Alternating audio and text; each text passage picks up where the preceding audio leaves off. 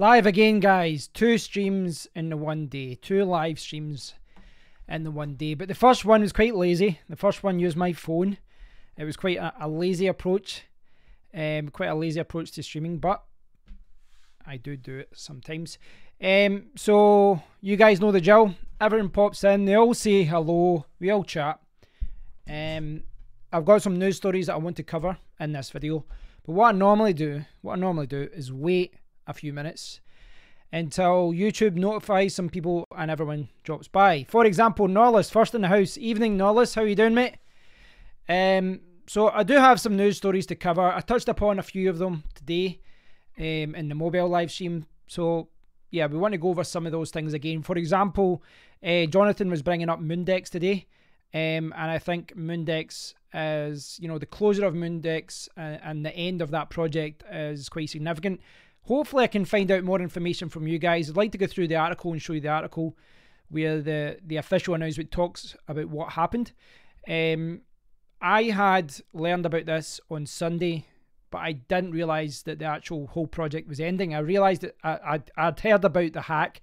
I'd heard about the Rito coin being hacked on their exchange, but I didn't know it was the end of the project. But yeah, I'm not sure when that happened. That's good knowledge. It's funny, I don't know, sometimes I'm not sure how quickly they notify people on YouTube. What do we do with MoonDEX coin? Well, MoonDEX coin will be effectively worth nothing now, I assume. I assume that MoonDEX is worth nothing, but that could change. That could change. There is nothing stopping someone from taking on the project. And we've seen this in the past where projects have been abandoned and then some people have taken it on. But you know, from a marketing point of view, from a PR point of view, from a brand point of view, it you know, doesn't look good when a coin is hacked and then a coin is closed. Excuse me. And it's one of those things, you know, whenever a project ends, if there's a big enough community, you'd hope that someone picks up the reins and they continue with the project. But at the same time, if you want to start your own project, would you not be better starting off from scratch rather than taking on a project with a name that's got a bad reputation? Maybe bad's the wrong one, but it's certainly not in you know, getting hacked and closing because of that hack. Certainly doesn't look good on the name. And whenever someone searches for MoonDEX, you know, that's going to come up. Can you add good quality home safes to the agenda? Yeah, I can do, mate. Is that something you wanted to talk about, Nola? Seriously? I looked at it. I did look at it myself. You know, you've got the kind of standard safes that you can't move, and then you've got the smaller portable ones, which, you know, if you wanted to move something somewhere, you can do. Now cannot access to create new account. 96 sats. I'm surprised it's still at 96 sats. Now the website. Yeah, I'll bring this up just now. Now I don't believe I have an account for MoonDEX. I don't believe I do, but the exchange is still live just now. But you can see on the homepage here, MoonDEX exchange will be closed on 16th of December 2018 UTC. I don't know why they've got UTC there if there's no time. Oh, that's the time. Sorry, that's in UTC. Right, that's the countdown. Please stop depositing new coins immediately. Cancel your trades and withdraw your coins. Now, I assume if these guys are okay, I would assume that they're going to just simply send the coins back to whoever's got them in their wallet. But I don't know, because you might not actually have a wallet address. If you're if you've got a MoonDEX account, for example, you might have deposited Bitcoin and bought another coin, and you might never have withdrew, so they won't have an address to send you the money. So you have to withdraw your money. You have to get your funds out of there. Thanks, Vicky. Hey, Hugh. Norlis, I'm happy to check that. Yeah, definitely, Norlis. When the stream starts going, we've got some more people watching. I'll bring that subject up again. I'll load it up in the tabs. I'll load it up in my browser. I'll load up Amazon or something. I think this is something that is relevant for anyone in crypto. I really do think it is. but we can bring it up later on. What Knowledge is referring to right now is a fireproof safe, and we got talking about this last week, as far as what would be the best way to store your ledger, your cryptocurrency hardware, your USB drives with all your sensitive information. Because if your house burnt down, or you had a fire or something and you lost those drives, you are screwed. You could lose a lot of money. So we were talking about fireproof safes. It's one of those things, like a safe like this big kind of heavy thing might be good for the house. You can buy them fairly cheap. There's an Amazon Basics one. I'm sure there's the Amazon Basics one. So you can see there's an Amazon Basics one, and you could put that in a wardrobe or something, and then it's like a security lock, and I think you get a key to unlock it if for whatever reason the battery goes dead. This one's maybe a little bit better if you need to transfer it anywhere. I don't know. You can get these document holders as well. I'm not sure how effective those are in comparison to a safe. I don't know. But one thing I've learned, cheap safes are pointless. Well, yeah, if you actually look at the reviews, there's some of the reviews we see when they opened it up, it was damaged already. So some of these, they look good in the pictures, but they're obviously not in real life. I'm beginning to create my channel to live scalping on BitMEX, ECT. It's nice to see you guys. What do you mean by live? Hold on, I'll check your channel out. Live scalping. What is live scalping? I don't know what that is. That's not a term I've heard before.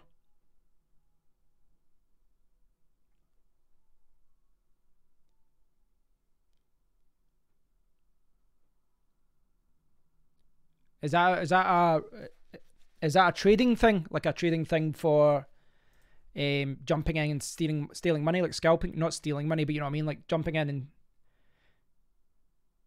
you trade in streaming. Ah, right, okay. I'll bring this up. I'll bring this up and show people what you're talking about. So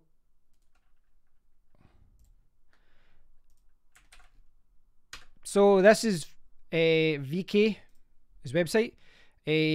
Tony, is that your name, Tony?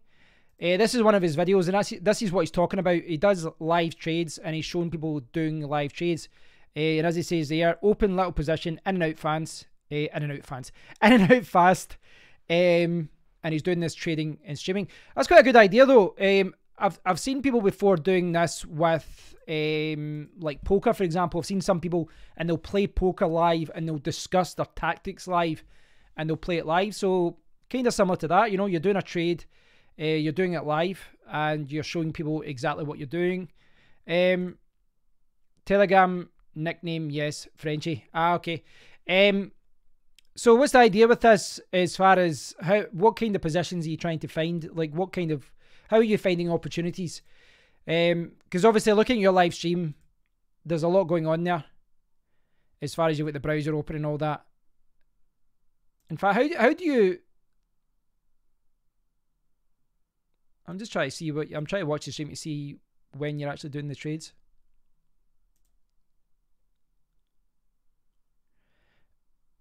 Are you just shorting, are you just picking some positions? You can see the positions down there, down here. Where is it? ETH, US dollars, open positions, mark price, entry price. So you're waiting for the trade, you're waiting for the price to change down here until this goes on. I'd have to look through it. I'd have to look through and see what you're doing. It's an interesting concept, though. It's mostly test for now. Ah, okay. No, that's interesting, though. I like the idea of people doing live streams when they're trading. That could be a really good way for people to learn, as far as watching what other people are doing. And seeing how they're performing trades. For me, it wouldn't be actually performing the trade. It would be looking at why you're doing a particular trade. Like, what websites do you have open? What information do you have open? What are you taking into account when you're putting a trade? And like talking through what you're actually doing with the trade. I think that'd be interesting. Then you can say, well, I think it's going to go down to this position because these graphs or, ABC. And then saying, that's why I think this will happen. I think that'd be quite interesting. I definitely think there's a market for that type of thing.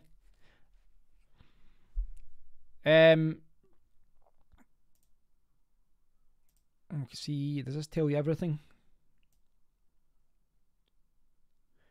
So I'll wait another few minutes. They've got a few news stories that I want to talk about. I will wait till we've got a few more people in. It's always the same with YouTube, always the same. They announce, they announce a video. I really should schedule my videos more, but sometimes it's hard for me to say exactly when I'm going to stream because I've got other things that I'm working on. Like today I was working on an article that, it's like 1,500 to 2,000 words I've written already. And it was one of those things I didn't know when I would get finished. And then when you're really deep into working something, you don't want to drop it to then go and switch and do something else. Which is why my streams are random. They're random. I need to bring back Volvic. No, you're welcome, mate. Hey, Necrobus. Well, I'm going to be scheduling a video tomorrow. Yeah, that is one of the problems. I'm going to be doing a live stream tomorrow, and I'll probably schedule it a few hours in advance. So it's probably going to be about 4 p.m. I'm doing the live stream tomorrow with the Russian developer. He's a developer of an Ethereum pool, so that'll be interesting. I'm looking forward to seeing what he says. I kind of touched upon some of the subjects in a private pool, simply because I needed to get some sort of basic understanding of how it all worked before we did a stream. Donde está Volvic? Yeah. So yeah, the MoonDEX thing. I want to learn more about the MoonDEX thing. We'll talk about that in a little bit later because that's something that might take up a lot of time. No, the other thing is you get comments from people whose only purpose in YouTube comments is to write first, as if that's important. Yeah. But it's one of those things, like, with regards to comments, the stream today, the stream that I'm doing right now, live, the stream that I'm doing right now, it's a one-on-one type thing. It's interactive. It's me and it's all you guys. Is MoonDEX affiliated with Moonpig? No, but I'm sure they could send some cards out to people saying, sorry, we lost your money. Yeah, like when I'm doing a stream like this, it's one-on-one. I can react to every single comment. But you've seen when I've done live streams before, when I'm interviewing one or two people, we've got a few people on. Knowles will know this as well. When Knowles has joined on, and Hugh Simpson as well. When we've done a live stream, it's very hard to follow the comments when you're talking to someone. You really can't give people in the comment area attention when you're talking to other people. I can tonight, but tomorrow probably not. Maybe in the last 5 or 10 minutes of the video, but I'm sure you guys know that. But yeah, I'm surprised you didn't write first today, Knowles. You should have wrote first. You should have wrote first when you come on. Evening isn't acceptable. First to comment is an acceptable comment. Right. So we've got a few people watching just now. Right. You can read the comments, but it's hard to respond when engaged in conversation. Yeah. This is what happens as well when I jump to an article. I go on a tangent, I go on a mad rant, and then I come back and there's 1,000 comments. When I'm sitting looking at the camera and it's just me and the camera, no one leaves detailed comments. It's always when I'm talking about something and then I go back and I'm, referring to something that happened 5 minutes ago. Right. Let's break it up. Let's talk about some news stories. This one is from 2 days ago. And I'm normally quicker with these kind of news stories, but I'm going to be trying. I'm going to be trying to fit in a lot more news in my streams rather than dedicated videos, wherever I can. No problem, VK. If you need to go and do a live stream, that's fine. I understand it. I appreciate you dropping by. Okay, so this was something I wanted to talk about. I came across this article. Binance launches its own blockchain. Changpeng Zhao believes Ethereum is too slow for mass adoption. So they're talking about Binance coin here, BNB. And I believe just now it's an Ethereum token. I believe, is it ERC20? Yeah, it is. I know there's a few variations of the tokens. So Binance coin has always been an Ethereum token. It's, it's probably, it remains the most popular. It remains the most popular token platform online. And the fact that Binance hosted their token there rather than developing one in, their own unique system in the first place speaks volumes. But you can see here, according to the exchange, the new blockchain will allow millions of developers and entrepreneurs all over the world to issue tokens. So essentially, they've come out and they're saying that Ethereum token, the Ethereum network is too slow. They're going to develop their own blockchain, and that in that blockchain you're going to be allowed to develop your own tokens. So rather than host a token with Ethereum, you could host it with Binance. According to Binance, the new blockchain will also be supporting its forthcoming decentralized exchange, Binance DEX, Binance DEX. Since Binance Chain will be doing more than issuing tokens, the new blockchain may be created as a fully fledged smart contract, just like Ethereum. That's one of those things. See, because Binance is Binance, Binance is Binance, but because Binance is so big, I suspect when they do launch their new coin, it's going to be quite, it's going to get a big following right away. They've got a huge platform. What do you think, guys? If it comes out, would you buy the new Binance coin? I mean, I don't know if they're just going to call it. Is it still going to be BNB? They're going to transfer everything to this new network. I'm not sure how that would work. So yeah, they've got the Binance blockchain, and then the Binance DEX is going to come in 2019. And they've previewed that already. So we're going to see a lot more DEXs, DEXs, D6s. We're going to see a lot more of those in 2019.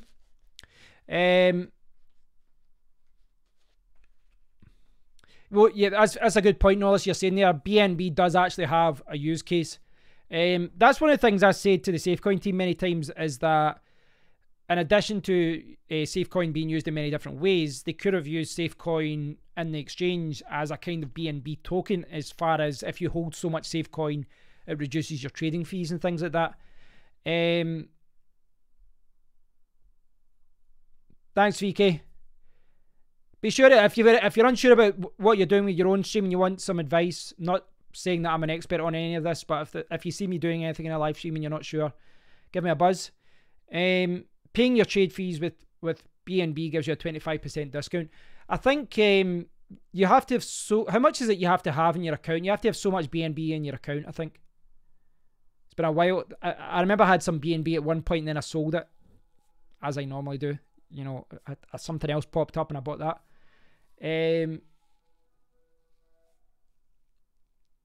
I think a Binance coin would have more potential use than the majority of coins tokens out there, that's for sure. Yeah. They're in a very good position to push any coin.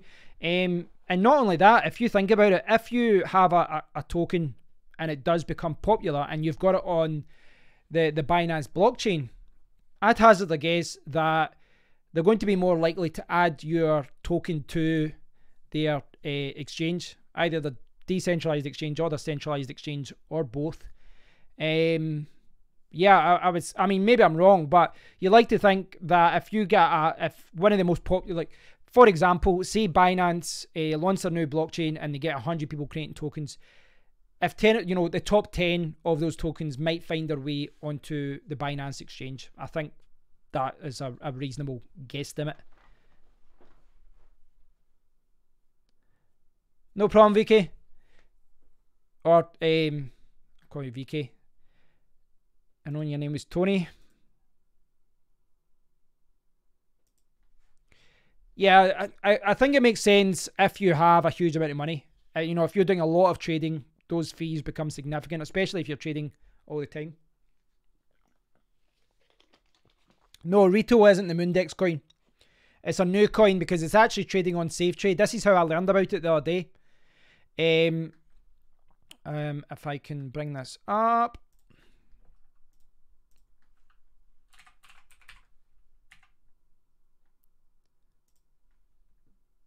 Nestle Shell.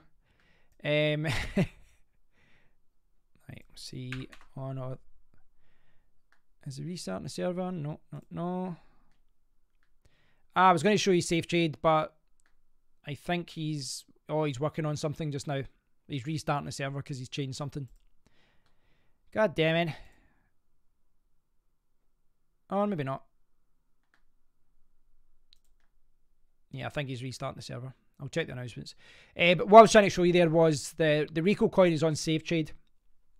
And it was added to MoonDEX and Rito. Now, I think that because of the hack, it's actually helped safe trade, because all the people that were trading over in MoonDEX went over to safe trade. It's just a bit of a coincidence that, you know, was added to both exchanges at the same time. Nestle Shell, can you send me some chocolate? I know, I wish they would send me chocolate instead of water. Not that they send me water, but you know what I mean. Do you think Rito has a future?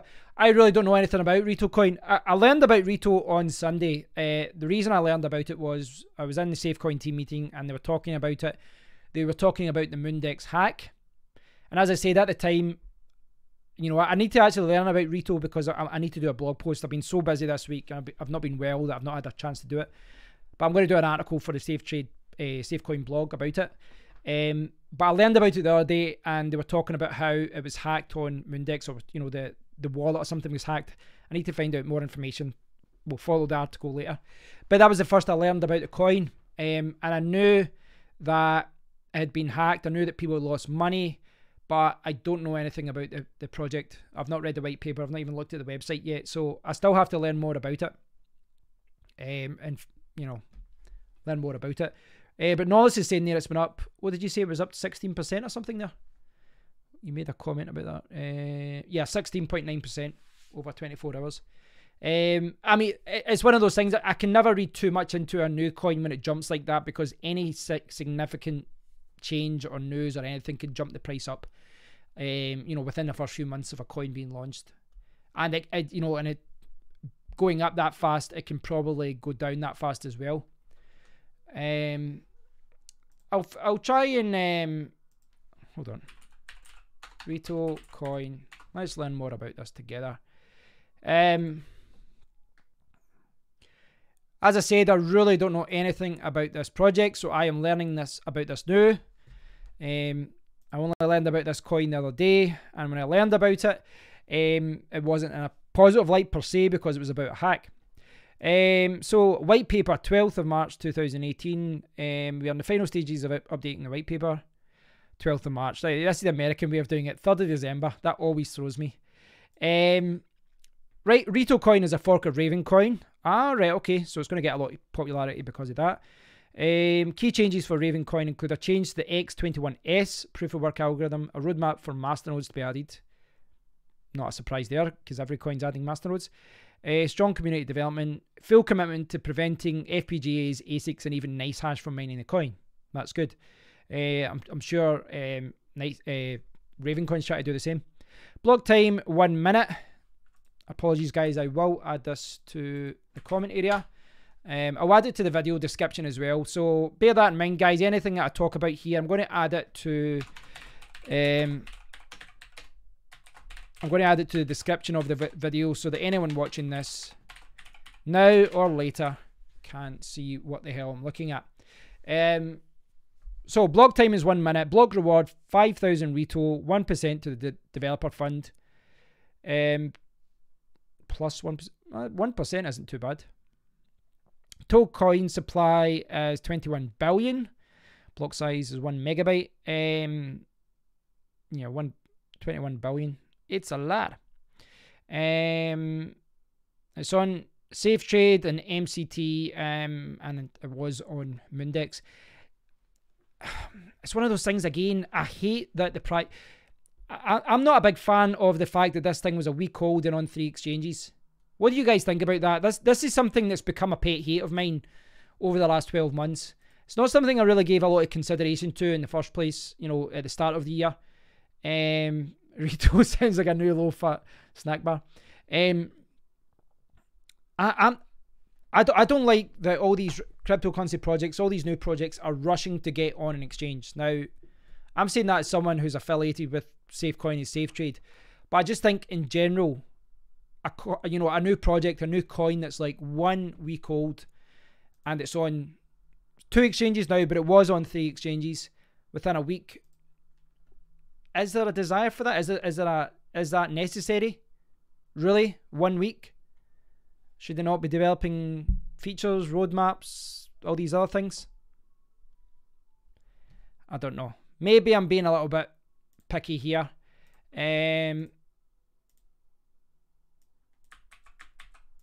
but we shall see. Right. I'll add another link to the description because I'm awesome. Okay, I'm not awesome, but I might as well add the link for you guys. Just catching up with the comments. They can't pronounce aluminium. I don't know if I'm pronouncing that right. This is I say a lot of words mixed up now. I would say aluminium. I would say aluminium. What would they say? Aluminum? Is that how they pronounce it? I think that's how they pronounce it. There's a couple of words I say different from other people in the UK because I've lived in I've lived in New Zealand and Asia and South America. And when I was talking to a lot of other people, I kind of picked up a couple of weird pronunciations of certain words I say in a weird way. So one of my ex-girlfriends that pointed it out, she's like, why did you say the word like that? And I was like, I don't know. It's kind of weird though when you pick up something like that. It's hard. You keep it for years. There's still certain things I say that I learned in New Zealand. I was only there 6 months. I can so he's talking about Bitcoin. I can see it going sub 3,000, but not as much as people may have thought. Yes, get it off your chest, Nollis. Get it off your chest. Right, so what I'm going to do, I'm going to go to their website as well.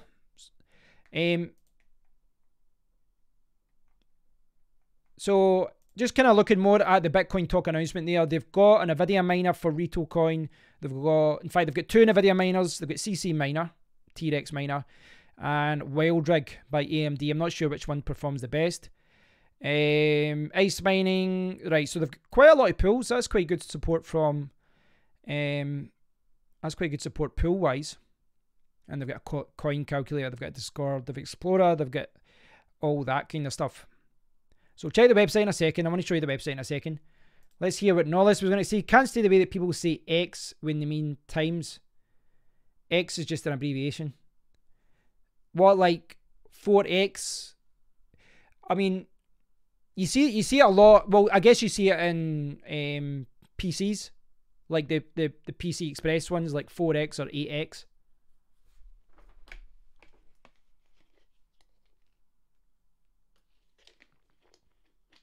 You know what I learned last year? Seeing as it's December, seeing that this is the festive month of Jesus and Hanukkah. I was going to say Hanukkah. Happy Hanukkah. Am I pronouncing that right? I don't even know the religion right. One of the things, I was brought up at a Catholic school, so you get indoctrined and all that. I'm not a religious man, I'm an atheist, but I remember one of my primary school teachers used to say that you weren't allowed to put Xmas because you take the Christ out of Christmas. But it was always it was one of those things that I never questioned. I always just accepted that statement as fact. And then I learned that X is like the Greek word for Christ, or the Greek symbol for Christ. And clearly she was wrong and just telling people the wrong thing. It's one of those things, I never Googled it or even researched it. I remember the statement. It stuck in my mind because she said it all the time. Don't take Christ out of Christmas. But the X actually stands for Christ. It's like the Greek symbol or something. And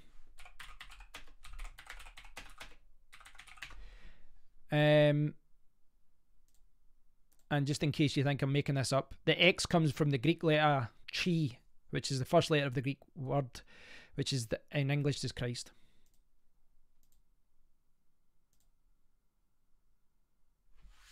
Is there any future of Ethereum? What their team is doing to keep the price up? What do you mean with regards to? I've not been following Ethereum over the last few days as far as the news. Have I missed something? VK. Right, I'm going to go back to the website just quickly. I'll respond to that comment, VK, because you posted it. The scalping one. So this is going back to what you were talking about before. This is what you do in your live streams. Scalping, when used in reference to trading in securities, commodities, and foreign exchange, may refer to a legitimate method of arbitrage of small price gaps created by the bid-ask spread, a fraudulent form of market manipulation. Oh, it's the shortest frame, the time frame in trading, and exploits small changes in currency prices. Scalpers attempt to act like traditional market makers or specialists. To make the spread means to buy at the bid price and sell at the ask price in order to gain the bid-ask difference.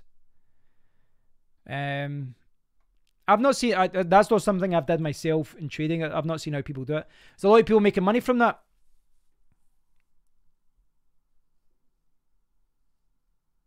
Shorting phase for now on Ethereum to get whales to have Ethereum low below masternodes. I've not been following that, if I'm honest. It's one of those things, you miss a few days of news in cryptocurrency and it feels like you're months behind. Right, I want to go back to Rito coin, and this again refers to MoonDEX. I'm kind of going off on a mad tangent because we haven't even looked at MoonDEX yet. But let's look at Rito coin.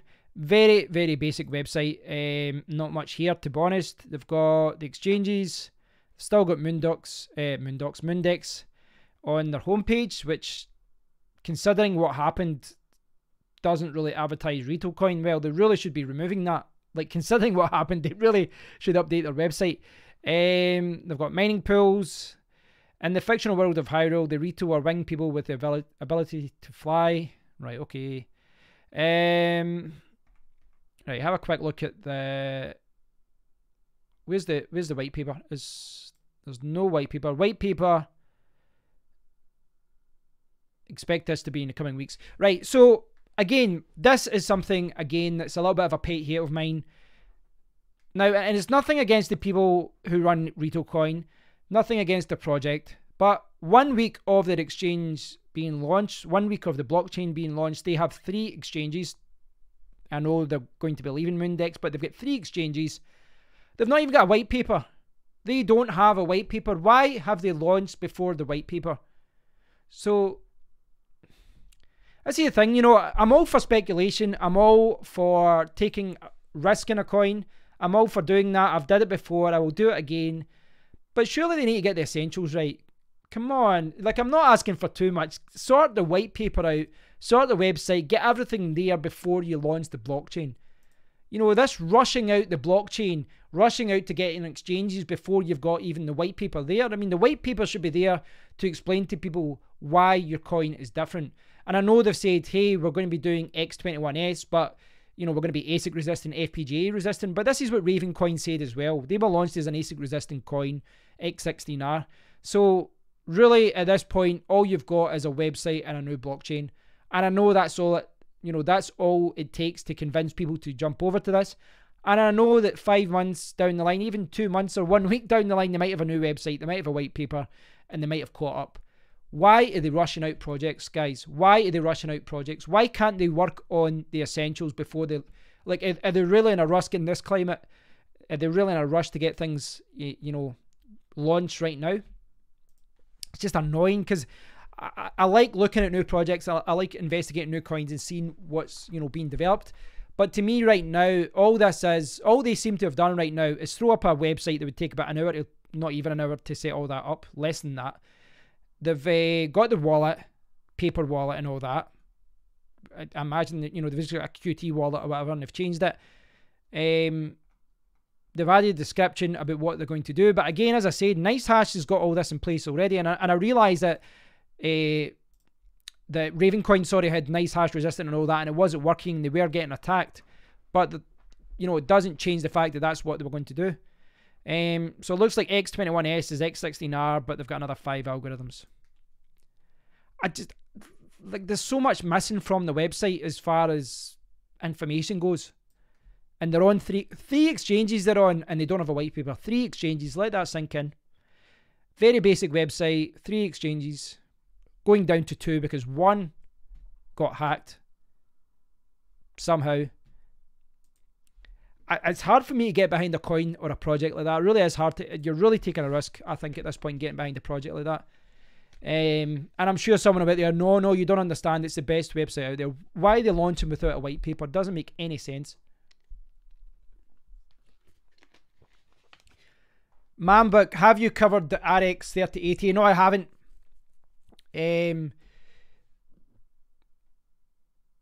File under forget it. Yeah.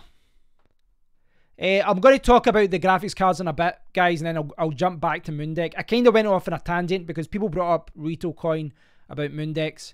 I want to come back to Rito coin and MoonDEX in a while and talk more about that. But I want to talk about the graphics cards first, guys. I know I've went off on a tangent, but bad Rito coin, bad. For the love of God, do your white paper first. Come on, come on, come on. I really even shouldn't be talking about coins like that until they have established themselves. And I've made the same criticism before as well. I made the same one with Pigeon Coin before in a live stream. Someone says check out Pigeon Coin. They didn't have a website. They didn't have a white paper. They had nothing. And yet everyone started putting over all their hash power there because they were trying to get there on day one.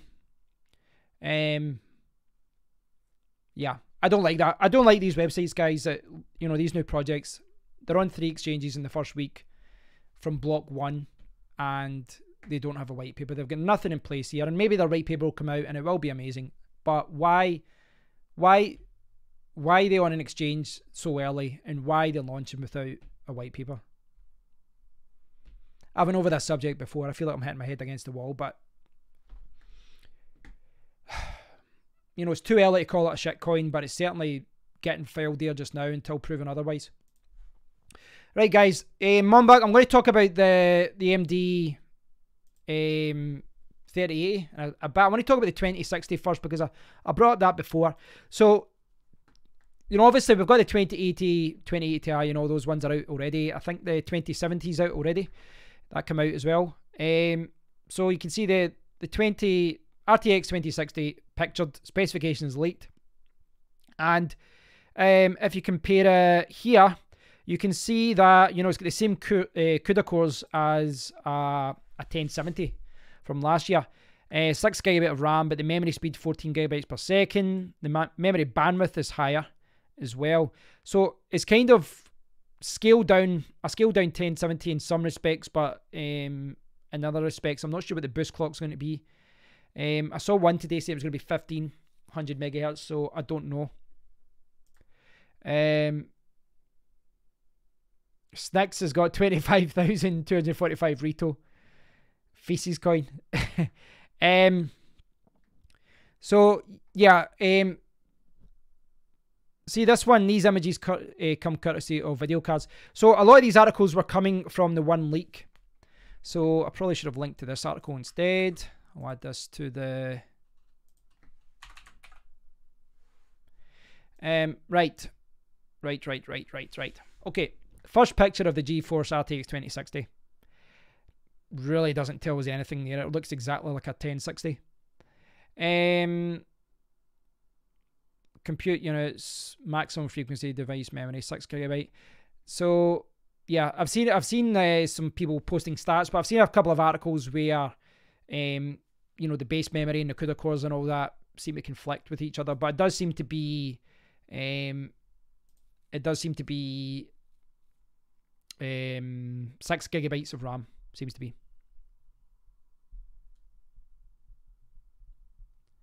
I should be mining AE. I don't know what that is.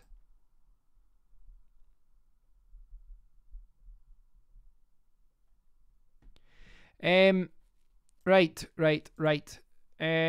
Right, so the other one that Mombak had brought up, and someone brought this up today as well, was this one, the AMD Navi RX 3080. Someone else brought up the, what is it, the 20, the Vega 20 as well. AMD is allegedly readying an RX 3000 series 7nm base graphics card featuring its upcoming Navi 10 GPU that's going to compete with Nvidia's RTX by summer of 2019. You can see it there. Navi 10 powered AMD Radeon RX 3080 to compete with the RTX 2080 at the high end. Low power, high performance, no ray tracing. So 8 GB of RAM. Wow, 150 watts. That's really good. That's very, very good. Because the 2080 is still like 200, is it 250 or 225 watts?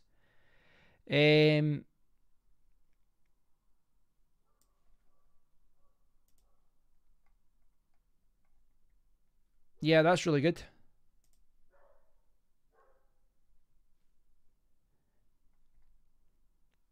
Where's the price? Right, we need to find the price here. I want to find the price point of this. Let's see if we can find the price for this. Anyone know roughly what the price is going to be for this? Any rumours? Let's see if we can find this out. As far as power goes, though, I mean, I know the AMD ones are normally a little bit better. So that one's saying is allegedly as fast as a 2070. Let's put a price here. Give me a price.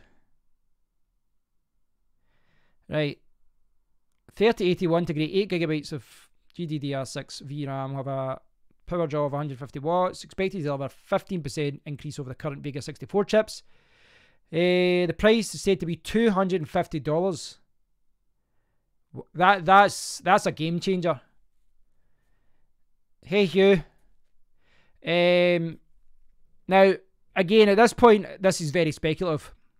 Now the reason that I was bringing up the 2060 is because from a cryptocurrency mining perspective, I believe the 1060, probably the 1060, if you to look at the best price point for in power draw, price point, electricity, and hash rate, I would say that in 2017, 2018, I would say the 1060 or maybe the 1070 Ti were the best mining cards. I know some people are going to disagree with that, and it does vary from region to region as far as what's the best card to buy, the market and all that as well.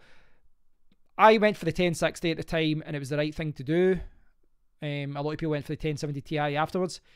But I think that the 1060 was arguably the best card to buy, not just for mining, just for general like playing games and for your PC. The best bang for your buck.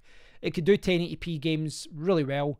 It was a little powerhouse. It wasn't too noisy. 120 watts as far as power goes. It was a good little card, and you could pick it up in the UK for like £250, $300 or something like that. So if Nvidia are following what they did the previous year, the 2060 could be that sweet spot where it isn't, it isn't the cheapest card in the market, but it's probably the price point where most PC gamers would buy it, and then they'd look at, that's the best one to buy as far as value. But then if they want to spend more, they go for the 2070 or something.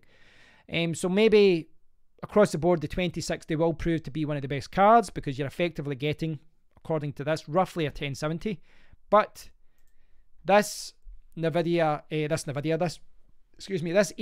Navi 3080, if this does come out and it's $250 and it is going to rival a 2080, which in the UK you're talking, retail £750. I think it's $800 in North America, €800 in Europe. That is going to be a game changer, an absolute game changer. Released in the first half of 2019. That price point, I would jump over to AMD in a heartbeat. I have got absolutely no loyalty to any particular brand. I'll go where the bargains are. Knowledge is saying 1060, 1070s were the best for pound per hash. 1060 certainly easier to sell on than a 1080 Ti. Definitely. That's the one mistake I probably made. At the time, I bought 24 1060s, and I probably should have bought more, but I bought some 1080 Ti's. But in hindsight, 1060s probably would have been easier to sell on. I've got rid of all my 1060s. They were easy to get rid of, and they were very easy to sell on AV forums. Hugh is saying GPUs are dead, it's all about ASIC mining. I think in the current climate just now though, and with the electricity rates being as they are in the UK, from a UK perspective, I would say that ASIC mining still, isn't a good thing to do right now either. Certainly because they're noisy and all that as well. AMD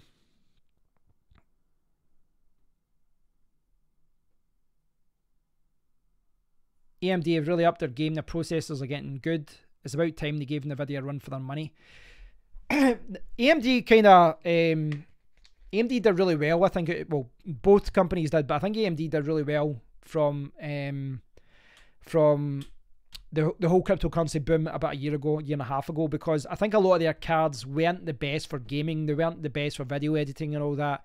I think Nvidia, the equivalent card, seemed to perform better with Nvidia, and perhaps with better support from games, etc. But when it came to cryptocurrency mining, certainly for mining Ethereum, I think a lot of people were looking for AMD cards.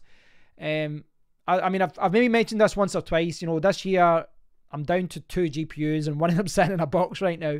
Probably should stick it in my main PC. But this year with 30 GPUs, they were all Nvidia. But when I was trying to buy cards, I was trying to buy AMD cards. I was trying to buy AMD cards because that's what everyone was buying for Ethereum. I couldn't buy them. They were too expensive as well when they did arrive.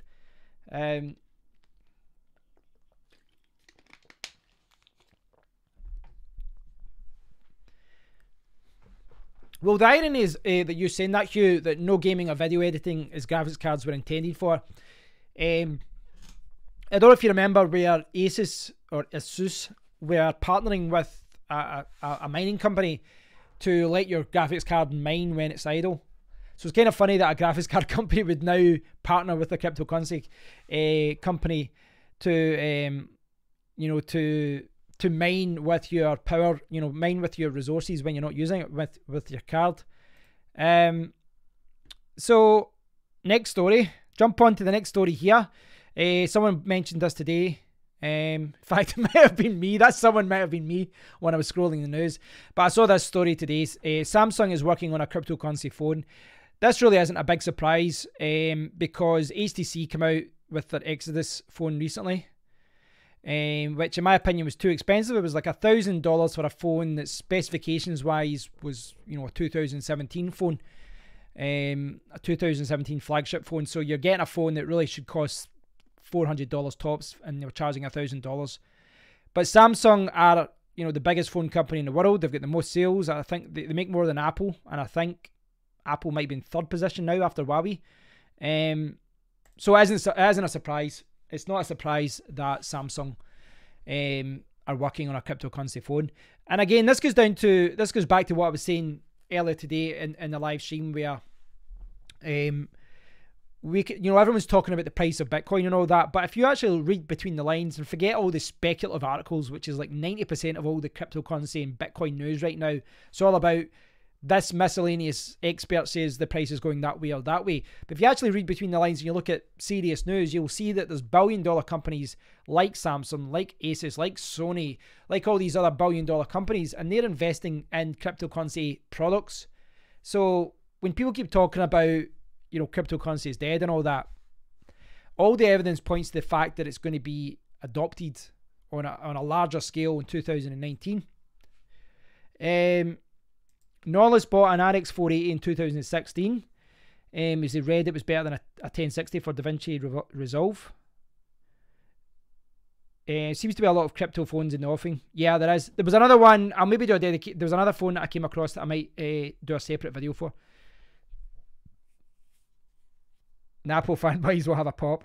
Well, to be honest, it's quite impressive that Apple were the second and now the third top phone company profit-wise, when you consider the fact that they only sell like 3 or 4 different variations of their phone. In fact, like 2 variations of their flagship phones and then like the older versions of it. Whereas Samsung have got everything from a $10 brick right up to $1,000 phone. Samsung are the best phones. Samsung do good phones. I think they're bloated with the software and that they put in there. One of the advantages that Samsung always has, that whenever the new Snapdragon comes out, the last year was the 835, this year the 845, next year it'll be the 855. They always release their phone, and it's the first phone to use that CPU in North America. In the UK and in Europe, I think we get the Xenos CPU, which is kind of the equivalent to the Snapdragon 855, but another version of it. Another company's, same kind of performance level. But Samsung are always the first to release the flagship phone of the year, and Google are normally at the end, like October. I'd maybe get the Samsung phone, but I'll see. I'm really happy with my forget the name there, with my Poco phone. Anyway, I'm going off topic here. I'm going off topic, as I do. Right, so I have discussed Rito coin. First time I ever looked at it. First impressions are, I'm not impressed. I'm not impressed with new coins launching. New coins launching with 2 or 3 exchanges in the first week with no white paper. Sorry, doesn't impress me. It don't impress me much. But Shania Twain. Right, so the reason we brought up this is because Rito coin is at the heart of the closure of another coin, which is MoonDEX. And as you can see here, the MoonDEX exchange will be closed on 16th of December. So we've got less than 4 days, 3 days and 4 hours to go. So if you have ever used MoonDEX, log on, get your money and get it out of there. Log on, send your money either to another exchange or to a wallet, get it out of there, because from what they're saying, your money will be gone. So get it out of there, log on, get your money out of there, and make sure you get your funds. If you've ever registered there, if you ever traded there and you've got money sitting there, make sure you get rid of it. So, on the subject of MoonDEX, what the hell is going on? Well, let's look at what they're saying themselves. The end of MoonDEX, goodbye, updated 12th of December 2018. So they're updating today. For Rito users, please notice we are running a liquidation service and a compensation scheme. I'm trying to read that with what's written there. And a compensation scheme as best as we can. We're not providing a normal withdrawal service. Your account will be dealt with once only. Please send all of your coins to MoonDEX to claim your Rito back. What? Please send all of your coins to MoonDEX to claim your Rito back. Please stop using the loophole to sell the duplicated withdrawals and claim them back. We are trying to compensate everyone, but cannot guarantee that we can still do so if our funds are out. So this relates to what happened as far as the bug and all that. Initiative Q, best altcoin out there, yeah. Shania Twain, lovely looking lady. Right, for all users, please stop depositing new coins to MoonDEX immediately. Right, so let's get through. We'll go through the official announcement. I think this is one that we do have to sit. We still need to read it. We need to see what the hell is going on. The reason being, I couldn't find any information on the Discord or anything like that. There's probably some articles out there. I can check some articles about it after I read this. So I'll scroll through. I'll do the reading as best as I can. Right, we hate to say this, but we have a very bad... Okay, this is going to be hard for me to read. We hate to say this, but we have a very, very bad news for you. Last week we had a bug with Rito coin, which you can find the details here. It resulted in more than 4 million Rito coins lost from our hot wallet. We have had to use the BTC funds to compensate our Rito users for the lost coins. You know what? There's actually an argument that if this coin was only a few days old, you could have rolled back the whole blockchain. I know that would have been popular with a lot of people. It could have been an option. We are very sorry to say this, but the bug leads us to decide to close down MoonDEX exchange, unfortunately. It's certainly not the only cause though. The falling Bitcoin price is the major factor. Our current Bitcoin income and funds are no longer viable for us to pay the bills in about a month's time. We tried to make a taking over deal to keep MoonDEX alive, but it's not successful. Sounds like they've been trying to shop it around. Crypto winter is hard for everyone. The Rito bug is the last straw which breaks the camel's back. Right. So I'll copy this to the description area. I want to make sure that is listed.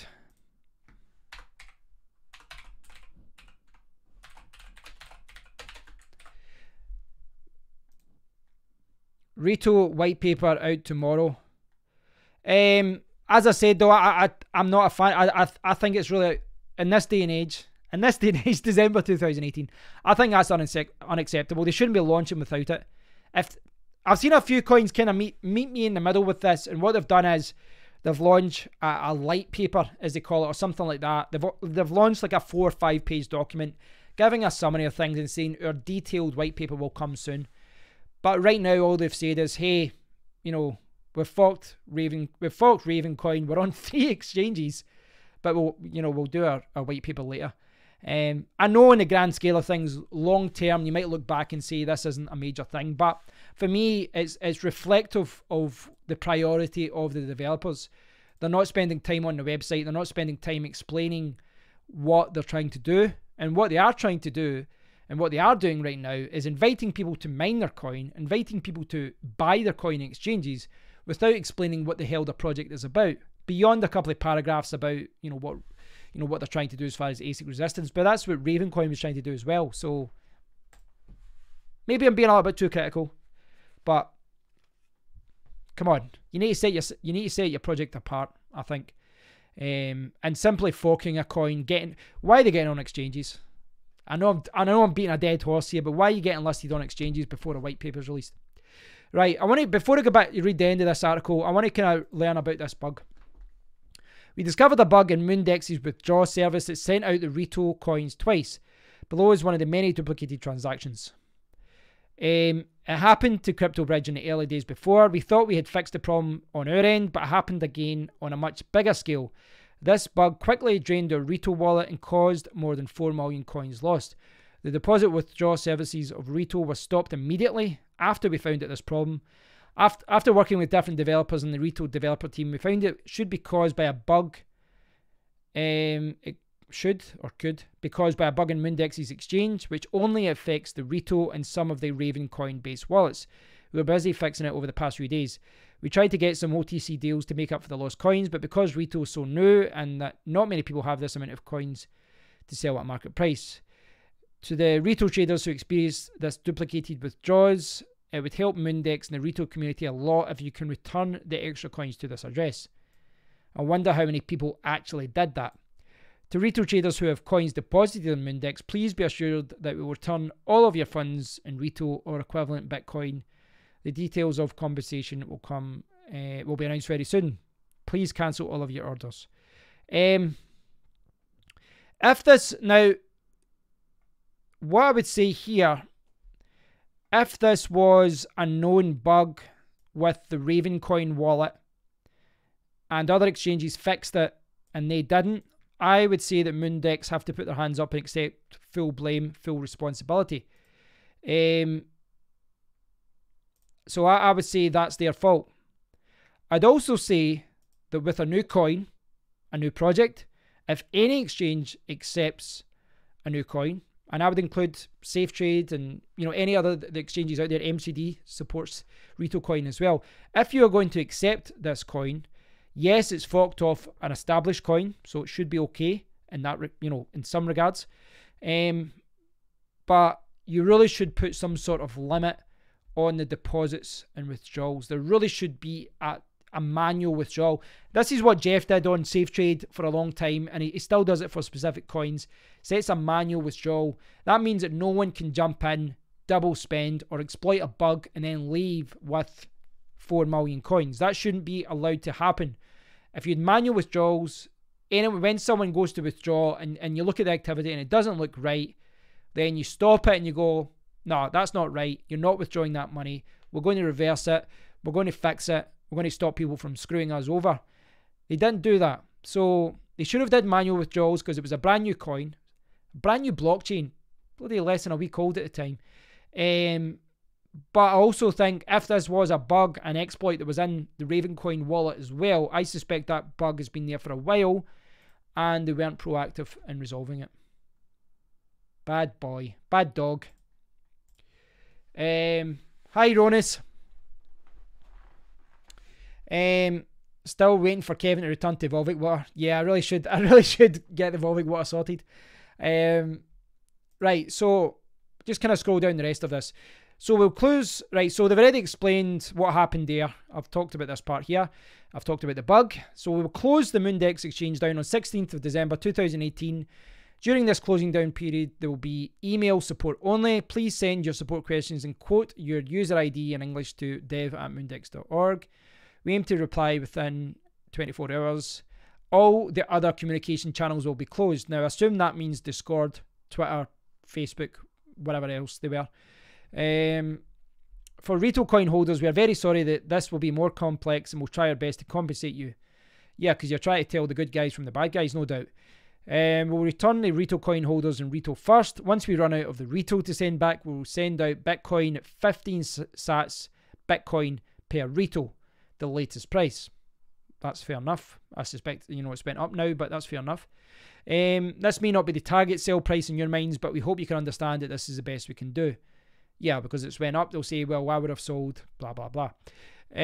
Please follow the steps. Please have a check of your Rito wallets. Send all your Rito coins to the user ID. This is a bit mental as well, isn't it? You have to send all your coins to the user ID MoonDEX. Write your Rito and Bitcoin address. We will send the coins back to these addresses. What do you think of this part, guys? This is a bit strange. Send all your Rito coins to the user ID MoonDEX. Yeah, I don't think I'm going to buy it. No. They're asking people to send all the existing Rito coins they have to their exchange. Why would you send your coins to an exchange that has lost money? Write your Rito and Bitcoin addresses in memo message. We'll send the coins back to these accounts. I wouldn't be doing that. I suspect if there's anyone who does have coins in their wallet, you imagine you had 100,000 Rito. Say you've got 50,000 on MoonDEX, and say you've got 50,000 in your account, in your wallet. Why would you send those remaining 50,000 coins back to MoonDEX, an exchange that lost the coins? Why would you send it back? I would be very reluctant to send coins to an exchange that's basically saying double or nothing. You're either going to get everything back or you're going to get nothing back. I don't know, that's a little bit strange. Now, I know that this is probably some part of some sort of verification process to make sure that, they can tally everything up. But would you send your coins back to an exchange that's just lost 4 million coins? Or would you send it to MCT Plus or SafeTrade? Why would you send it back to the exchange that lost money? I realise that they're trying to do some sort of, validation thing here. Once we've received your coins and addresses, we'll have a check of your withdrawal history manually and return the coins back to you only if you're not yet overpaid. Now, I suspect that if you do have Rito coins, if you have been using the exchange, you will know if you have been overpaid or not. So if you have been overpaid, what is the incentive for people to actually send their money back? You'd only, why would you send your money back unless, I don't know, why would you send it back? If you know that you've had too many coins, why would you send it back knowing that you'd only send back what you'd, I know that some people will do it and some people will be ethical about this, but it's cryptocurrency. No, I can think of an almost unlimited number of things I'd rather do with my money than buy Rito. Like pour paraffin over it and set it alight. I don't know, this is kind of weird. Maybe, am I not understanding this correctly? Like what they're trying to do here? I know they're trying to tally up with the withdrawals and the history and all that, but return the coins back to you only if you're not overpaid. So they're asking you to send them money and saying, we're only going to send it back if you've not yet overpaid. So you might be sending them money and never getting it back. This can't be the best way to handle this. This can't be the best way to handle this. There has to be a better way to do this. All of your trade histories on MoonDEX are on the BitShares blockchain and can still be accessed. Well, that's good. For MDEX coin holders, and this is the thing, we've been talking about Rito coin. You have to remember that MoonDEX had masternodes. MoonDEX was a coin as well, and these guys are going to get screwed by this as well. If you're the MoonDEX masternode, sorry guys. For MDEX coins holders, masternodes owners and investors, those random S's are throwing me off. We want to say sorry and thank you for all your support along the way. You must be furious and have every reason to be. Fair enough. We had big plans for MoonDEX being fast, secure, and more decentralized with masternodes technology. We apologize for not making the plans come true. Oh well, I guess this is the end. I thought MoonDEX can see the spring of crypto, but a major bug like this kicked us out in this deep winter. Right. You know, that's actually that would annoy me more than anything else, a stupid little comment at the end. Oh well. What do you mean, oh well? You've just lost people thousands of dollars. Oh well. Hi, Michael. I don't know why that random little comment at the end annoys me more than anything else in this whole article. See this though. We had plans for a more decentralized with masternodes technology. And again, it comes down to the fact that their masternodes probably did nothing. It probably did nothing. It was a masternodes for show, yo. Is it because it was an italic? I hate that font. I hate italic. No, it's just kind of weird that they're trying to have some sort of light humor about this. What were their masternodes actually used for? I think, correct me if I'm wrong, but was MoonDEX not one of those 80% masternode type of coins? Or something like that? This is the problem with a lot of the masternode coins, the vast majority of masternode coins in 2018, because I think masternode technology can be very, very useful if used correctly. But a lot of these masternode coins were masternodes that were doing nothing. They weren't securing a network. They weren't, really being used for anything. I suspect MoonDEX could... I don't know. I don't have the white paper to check here. I really don't have the white paper to actually verify this. I might be able to find it online. But again, it comes down to another exchange that doesn't deliver. It's one of those things though, like see like this last comment at the end here. I thought we would see the end of it.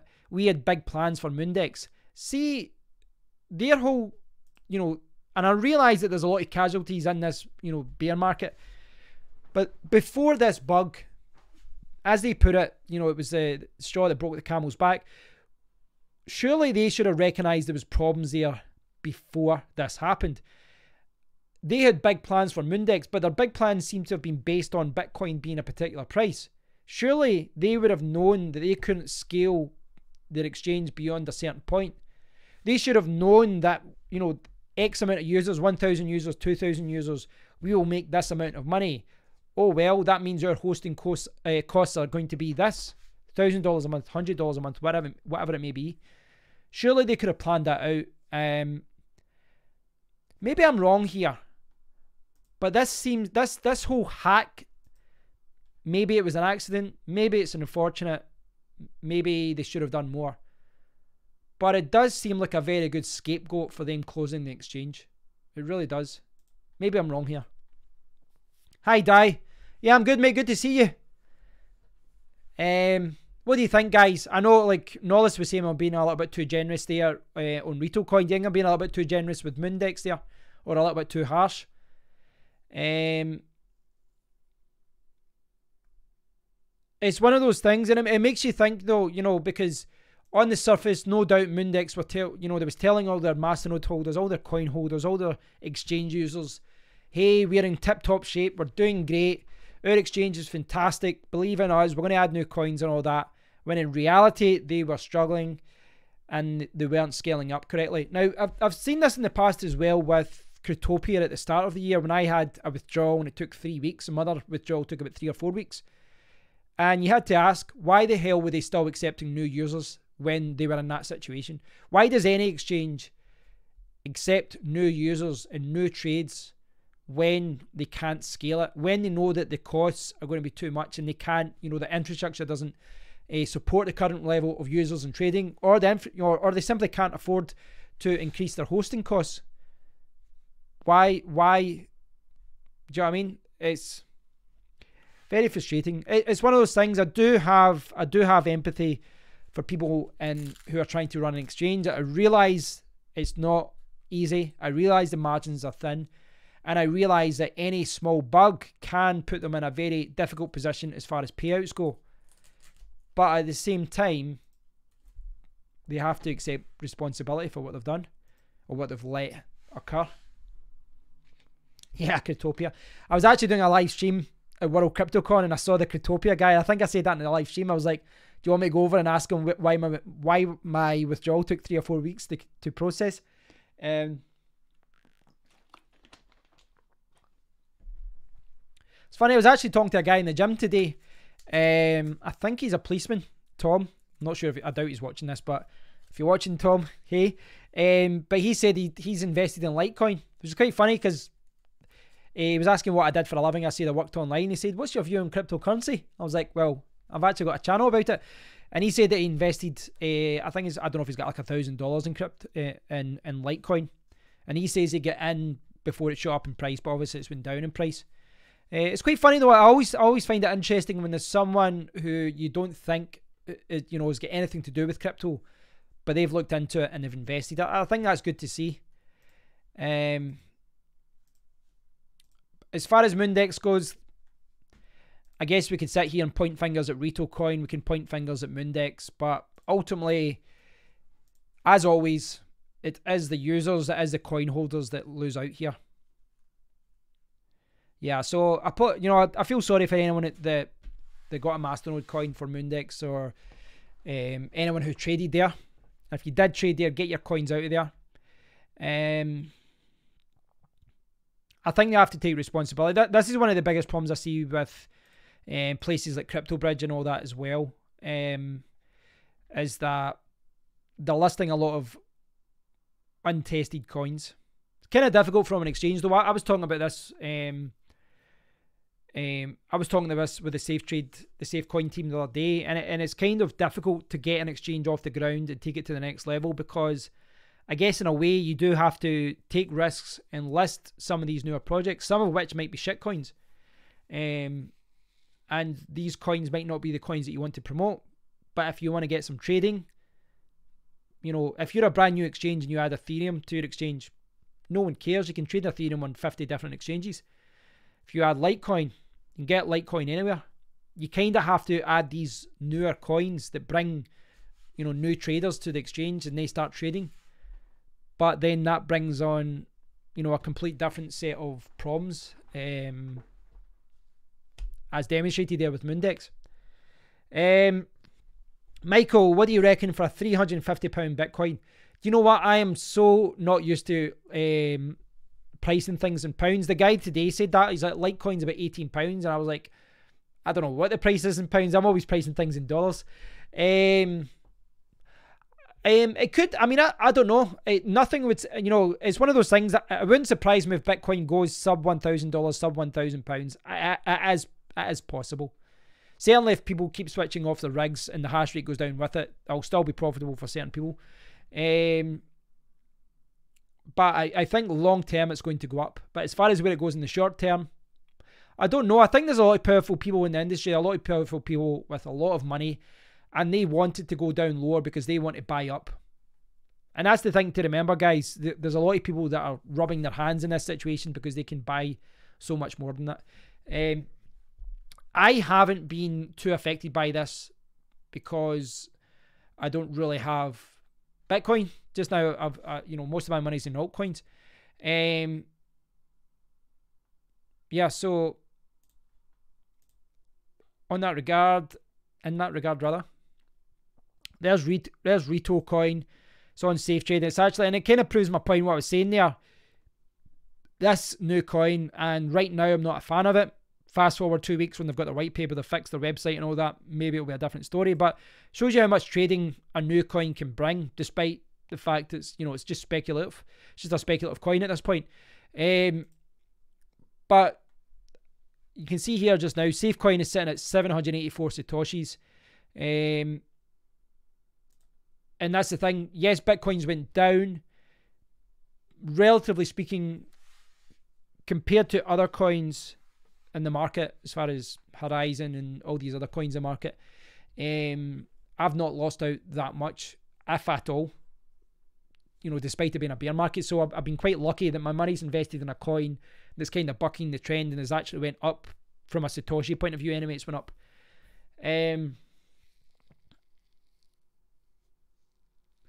I do think cryptocurrency is going to go up. When it goes up, I don't know, but what we will see, it's the same way as what we saw going down. We saw cryptocurrency. If you look at the Bitcoin, if you look at the Bitcoin price over time, it doesn't gradually go down. It's kind of a myth that, well, it does occasionally, but really what you're seeing is it's kind of up and down its level. That's my up and down level motion. Very professional there, it's like the sea. But then what you'll see is it goes down like that, and that to me always suggests it's being manipulated by, organizations or whatever. But when it shoots down, and then it finds a new level and it starts doing the little wiggly snake thing. That's a technical term, TA term. But yeah, and I suspect when Bitcoin goes back up, it'll be the same thing. It'll be like 3,000 one day, and then it'll go boom, 4,000, or it'll go 4 right up to 6 all at once. Everyone jumps on the bandwagon. And I think that's what we're going to see a few times. It's one of the problems with cryptocurrency in general. I think that when there's more people trading cryptocurrency, when there's more people got a share of the pie, it becomes harder for that kind of market manipulation to happen. But we're not there yet. It's going to be a long time before that. Michael's saying, I'd suggest that anyone that is bullish to wait with majority of margin until your chosen indicator hits, e.g. 50 to 200 SMA Golden Cross. France is falling, Belgium is falling, the UK is falling. Well, that's the thing, you know, certainly with Brexit in the UK, you might see people turning towards cryptocurrency.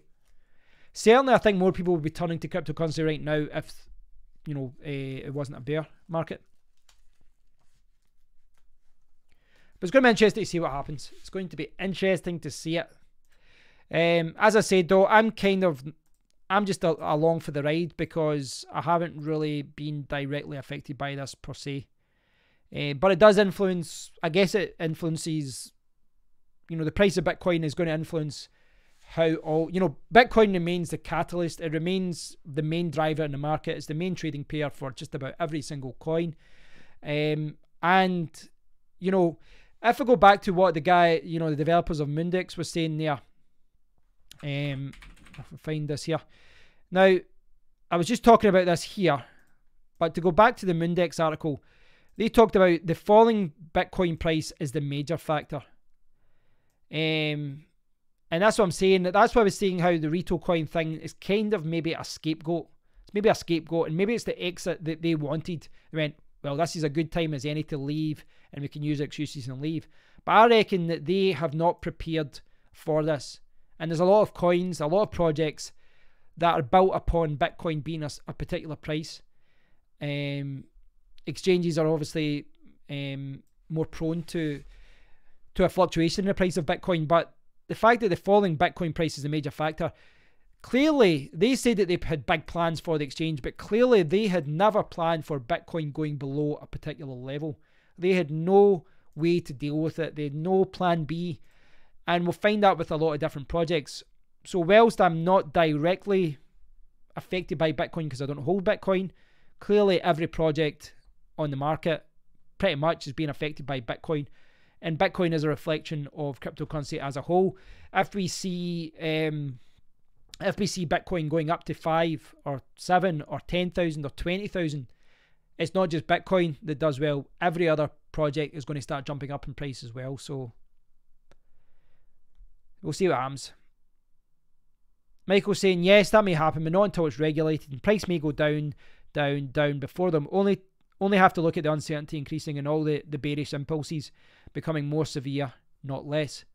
That's right, all these altcoins will likely smash to the ground attached to the Bitcoin Titanic.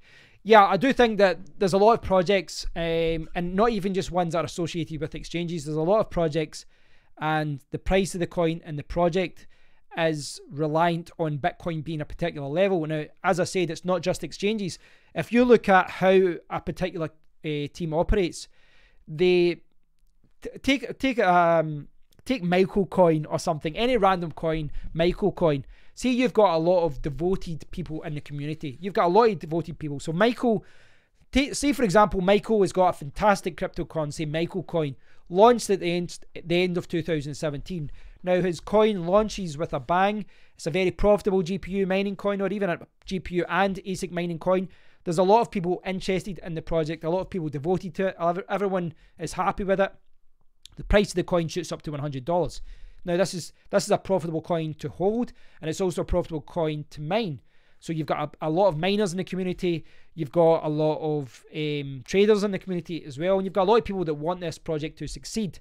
And what that allows you to do, if you had a pre-mine or a developer fee, is to sell the coin at a particular price, and then you can hire people, you can hire marketers, you can hire writers, developers, social media guys. You can contract out a lot of the work of the project, and you can help the project tick over. What happens what happens 9 months down the line. And if you look at the prices of a lot of coins just now, in comparison to a year ago, a lot of the prices are about 10% of what they were a year ago. Some are even less than that. Some are less than 10%. Some might only be 5%. So all of a sudden, that $100 coin is now $10. All of a sudden, all the GPU miners that were so supportive of your community, that helped out with the social media, they helped out with announcements, that contributed code free of charge simply because they wanted your project to succeed. Those guys leave because they can't mine at a profit anymore. So they can't mine anymore. They're not as interested in the project. They might actually sell their coins as well. And the traders are trading less as well because the price of the coin's low. So you're losing the way you're losing the way to hire developers and expand your project. All of a sudden, you can't meet your targets that you've outlined in your roadmap, and it's kind of like a self-fulfilling prophecy at that point. The whole kingdom falls down if it's all based on the price of a coin. Now, ideally, Michael, not to call you out, but if Michael's project a year ago didn't have a pre-mine, wasn't relying on a developer fee, but was funded by, say, $5 million fiat, then he might have not had to rely on the price even when it was doing well. So regardless of the pre-mine and all that, his company, his cryptocurrency project would have been fine. He still would have had the funds to pay people. Yes, of course, the miners still would have left, and maybe a lot of traders would have went away, but he could have continued to develop the project because he has the funds to do so. But what you'll find with a lot of these projects is that they don't have anything. What they have is a pre-mine, or they have a developer fee. And if they did have the pre-mine, maybe they've sold a lot of it, or maybe they don't want to sell it at a particular price. And, you know, die saying the harsh reality of volatility. Yeah, the harsh reality is that a lot of these projects, the price of Bitcoin is fundamental to everything, because when the miners disappear, they lose a lot of their supporters. Then the traders don't see the price going up, they start selling and move on to another project. Yeah, the whole thing falls down. Only the top 10 may survive the bearish market. No, I don't agree with that. I think you'll find there's going to be a lot of casualties. There's definitely going to be a lot of casualties. But there's still new projects being added every day. And you might find that there's a lot of projects right now operating kind of under the radar. And I think that these projects are going to continue to develop. And I think when we enter a bull run, there's going to be more coins than there was a year ago. I think there is. There's going to be casualties, but there's going to be new projects to replace those, and then even more projects. That's how I see it. That is saying the unpredictable crypto markets and cryptocurrency, to be honest, price is nothing to worry about. It's a natural reversal. Dips and crashes happen every financial market. Yeah, so I think, having spoke to a lot of developers and all that, though, I know that a lot of teams, the way that they operate as far as paying developers, as far as, you know, as far as that goes, as far as paying people for promotion and hosting costs, running their masternodes and technical help, all that kind of stuff, all of that is built upon them selling, and, you know, selling their coin at a particular price, or trading, or selling some of the pre-mine or developer fee or whatever. So they are being directly affected by that, but also just to support in the community. If you look at any coin, they get a lot of support from the people in Discord, in Telegram, miners, not just miners, traders, people that are just holding the coin as well. Unfortunately, Michael Coin perhaps made unregistered profits on an illegal security token and get shut down. Yeah, that's another thing, Michael, as well. That's a very good point. That's your fault for not following the rules. But yeah, there's a lot of coins out there that aren't following the rules of the country that they're based in, and it's one of the reasons why a lot of projects got abandoned as well, is because they want to remain anonymous. You know, I've talked about that before, but there's all these anonymous teams, and in the future, I think it's going to be harder for teams to remain anonymous if they're going to be regulated. They're going to have to give some information about who they are, where they're based, and they're going to have to follow particular, you know, regulations of their country. And if you look at what a lot of these coins were doing, as far as, you know, pre-sale masternode coins and all that, these things probably wouldn't be allowed. They probably wouldn't be allowed in a regulated country or a regulated industry. Safecoin is dying, I think. I'd love to hear why, Hugh. As someone that's in the team, I'd love to know why, because, and I've said this before, when Safecoin's been down in price, I'll be the first to say that it has, but Safecoin's actually been increasing with price, and they're just about to launch their masternodes. And there's a lot of big players in the industry that are buying up. So I'd love to know why you're saying it's dying. This is the thing you used to get a lot in the exchange, though. This is the thing I used to get in the comment area a lot, where someone would say, buy this coin. And I'm like, why? And they say, just because. You know, it's like...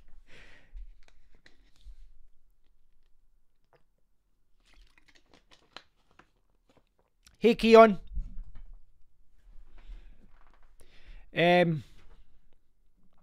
So I have exhausted my pre-made list of news stories and all that.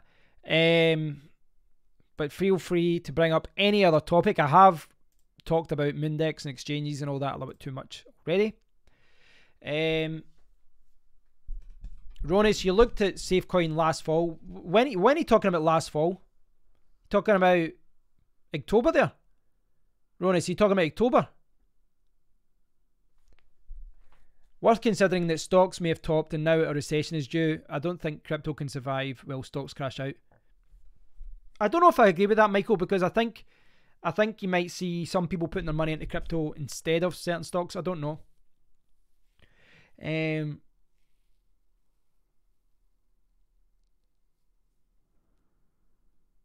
Yeah, Hugh, I'm actually going to... I had a look at that the other day and I thought it was quite interesting. So if I get time tomorrow or Friday or Saturday, I want to do a dedicated video about that. I want to do a dedicated video about that, because I think it looks like an interesting phone. So I'm going to do a short video and just show people it, because I think it, you know, it's one of those things. I've covered a lot of things in the live stream today, but that's one of the things I'll maybe do a dedicated video. It'd be good to show that separately. November. Right, okay, you looked at Safecoin in November. December sometime. So like last week. Well, I mean, you can check the announcements on there, but they're developing the masternodes just now. He's posted some evidence of how it's all working as far as securing the chain against other chains. It's been, yeah, it looks pretty good. I'm quite excited about what's been happening with it.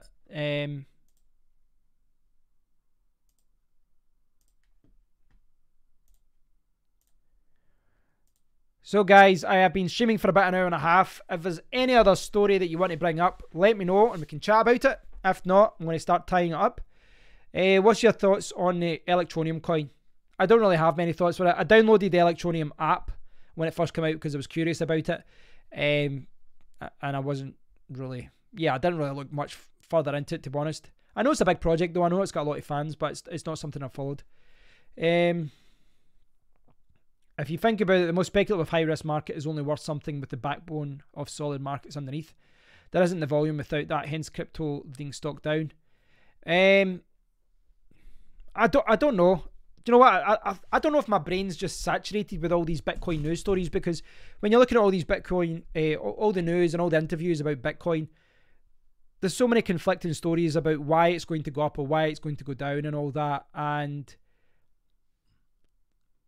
I don't know. I don't know. I don't know if maybe I've just been reading too much news about it that conflicts each other, and maybe I'm sitting on the fence now. But if you look at the supposed facts from all these industry experts, there's as much evidence pointing to the fact that it's going to go up than there is to go down. So I don't know. You could be right, Michael. You could be wrong. I'm not a gambling man. Hi DIY. Yeah, I'm good, mate. I'm good. We've been streaming for an hour and a half with a good chat. I think you should buy MoonDEX and make it great again. I know. Bitcoin $400. You heard it here first. That's certainly a buying price, isn't it? Surely that's a buying price at $400. That's, you know, you want to stick a few thousand on it there.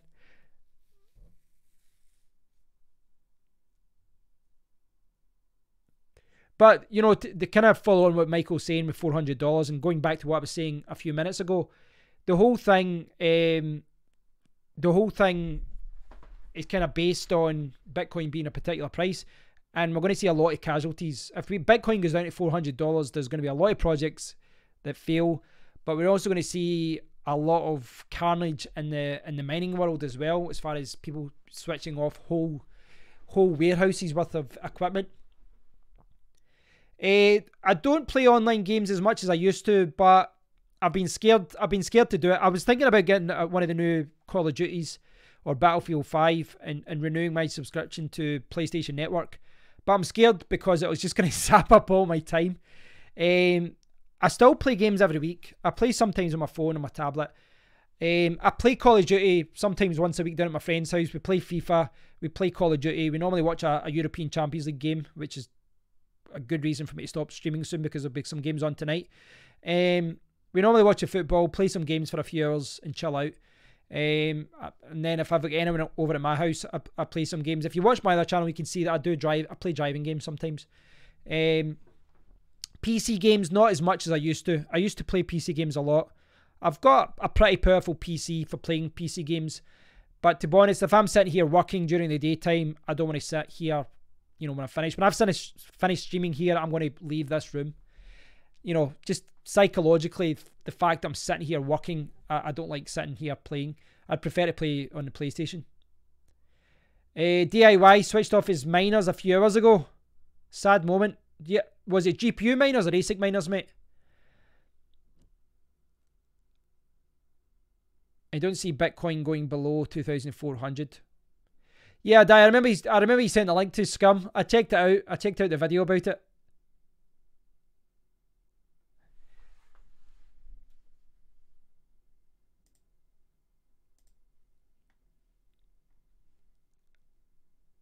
Yeah, that's the kind of funny one, is it? One ASIC and GPU as well as CPU. Right. What ASIC do you have? Is it not profitable anymore?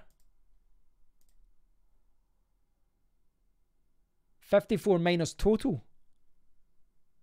So what have you got? I think you maybe have told me that you're set up in a previous stream. One ASIC. So what have you got? Like one ASIC and then 53 GPUs? Is that right? Am I reading that wrong?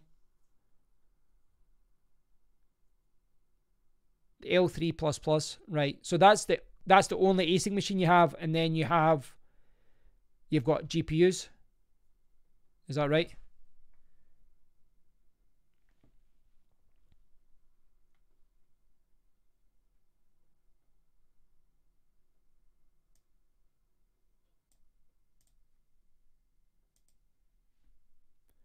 I need to actually check. What's the Champions League games tonight? I kind of put the football on last night, but I was kind of watching it in the background. I didn't really focus on it. I saw the goals right enough.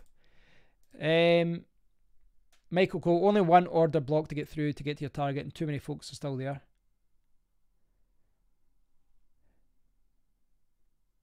Oh my God, I missed it. Did you guys see the Real Madrid? I'm going off topic here, but did you guys see the Real Madrid score? Wow. No, I don't want to do a spoiler alert there.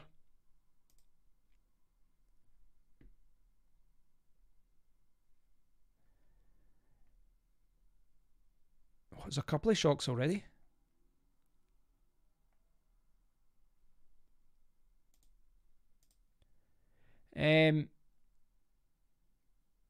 Switching to PC, hard to type from phone. Be right back. Yeah, no problem. No problem. I'm actually gonna call it quits, guys. I'm gonna chill out. I'm still not feeling 100% today, and I think talking for hours isn't good for my throat. The fact I've been unwell this week. Thanks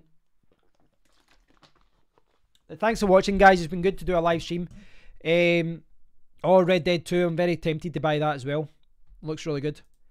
I do tend. I'm quite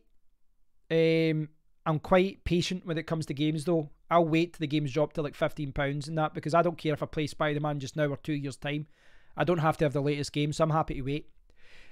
So anyway, I'm going off on a tangent again. Thanks for watching, guys. I'm going to take a break now. Go downstairs, chill out before bedtime. Thanks for watching. I'm going to do a live stream tomorrow about 4 o'clock. And I'm interviewing a developer of an Ethereum mining pool that allows profit switching between different 8-hash coins, and then he pays you in Ethereum. A little bit different. When they contacted me, I was like, why would I talk about a mining pool in a dedicated video? And then I reached out to them and said, listen, I'd be great to talk to you. So be interesting to see what this guy has to say and explain how it all works. So stay tuned for that, guys. That will be an interview though, so I won't be going back and forth in the comments. Thanks for all the love, guys. I do appreciate it. DIY in the ghetto, 3 GPU miners. Each miner has 5 cards, all 1060. And the rest are CPU mining, 59 CPU mines. Wow. Got a big setup, mate. That's good. That's impressive. That's really good. If you ever want me to feature your setup on my channel, feel free to take a video and send me a description or send me some pictures or something. I'd be happy to do a video. That's something I like to do more on the channel, actually, just to show other people's rigs. I think that'd be good to show people, you know, what the setup's like. So thanks Keon, thanks DIY, thanks Ronis, thanks Michael, Norlis, Di, Hugh, and anyone else that I've missed. I'm just scrolling up at the previous comments. But thanks to everyone that's been watching. I do appreciate it. I appreciate all the love you guys give me. Without being too cheesy there. I'm sounding all Americanized saying that. Normally in the UK it's right, goodbye.